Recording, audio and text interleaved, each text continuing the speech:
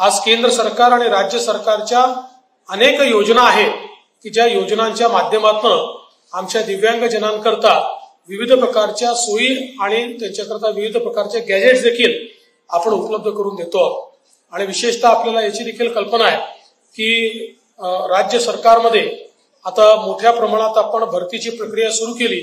या संपूर्ण प्रक्रियेमध्ये दिव्यांगजनांकरता आरक्षण ठेवून आणि त्यांना त्या ठिकाणी नोकरीमध्ये कसं समाविष्ट करता येईल अशा प्रकारचा प्रयत्न देखील आपण हा निश्चितपणे या ठिकाणी करतोय। आज फार अधिक बोलण्याची आवश्यकता नाहीये।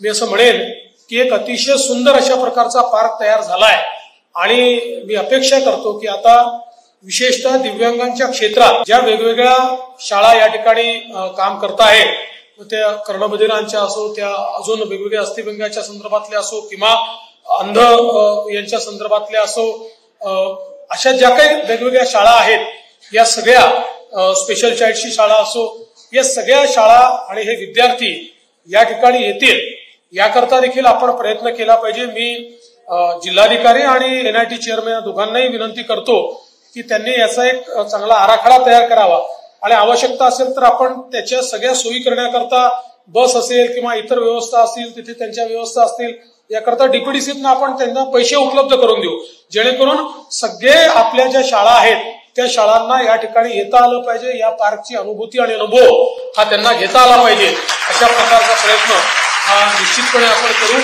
आणि मी आमचे आपले पूर्व नागपूरचे आमदार कृष्णाभाऊ खोपडे यांचं देखील मनापासून अभिनंदन करतो।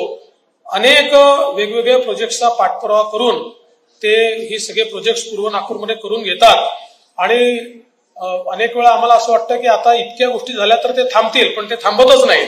त्याच्यामुळे आताच त्यांनी जाता जाता 2-4 फायली गडकरी साहेबांच्या हाती 2-4 फायली माझ्या हाती देऊनच टाकलेल्या आहेत। त्याच्यामुळे मला असं वाटतं की एक उत्तम लोकप्रतिनिधी म्हणून कृष्णाभाऊंचा आपण निश्चितपणे या ठिकाणी सन्मान करूया, त्यांचं अभिनंदन करूया।